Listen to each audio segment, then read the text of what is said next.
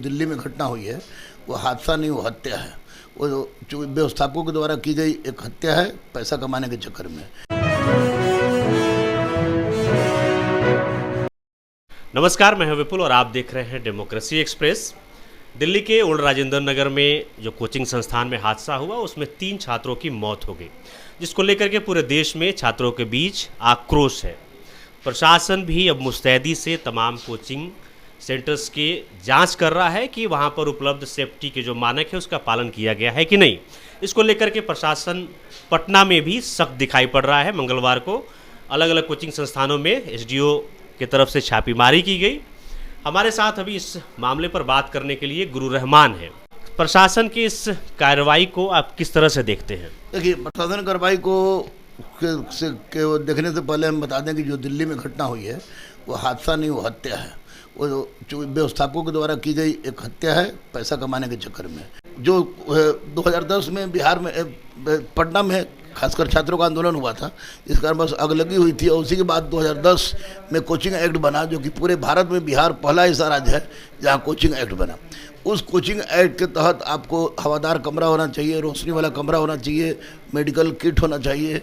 आपको एक कैपेसिटी अगर 150 लड़का का है तो उसमें आप 600-700 जैसे बोराई सब कोच नहीं सकते हैं। लड़की लड़का दोनों के लिए अलग अलग बाथरूम होना चाहिए। साथ ही साथ आपको निकासी की व्यवस्था की बात की गई, उस सारे मानदंड की बात की गई। और उसी आधार पर डीएम साहब के द्वारा और सीनियर एसपी के द्वारा, खासकर डीएम साहब तो आदेश देने वाले तो वही हैं, उन्होंने स्पष्ट कर दिया कि आप लोग समय मांगिए। तो हम लोगों ने 1 महीना का समय मांगा, 1 महीना का समय उन्होंने दे दिया।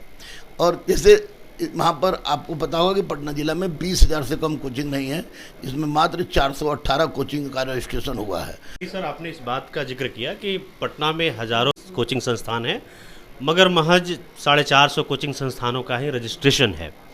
इसके अलावे हम देखते हैं कि हमारे यहाँ जब घटनाएं हो जाती हैं इस तरह की, तब जाकर के प्रशासन जगती है और इस तरह से छापेमारी हो रही है। बहुत सारे लोगों को ये कहा जा रहा है कि आप सारे पेपर्स अभी दिखाइए प्रशासन को। तो क्या ये चीज़ें पहले नहीं होनी चाहिए? जिस तरह से प्रशासन अभी मुस्तैद दिखाई पड़ रहा है, प्रशासन को ये तमाम चीज़ें पहले भी जांच करनी चाहिए थी। देखिए, शिक्षक का मतलब थिएटर संचालक नहीं होता है।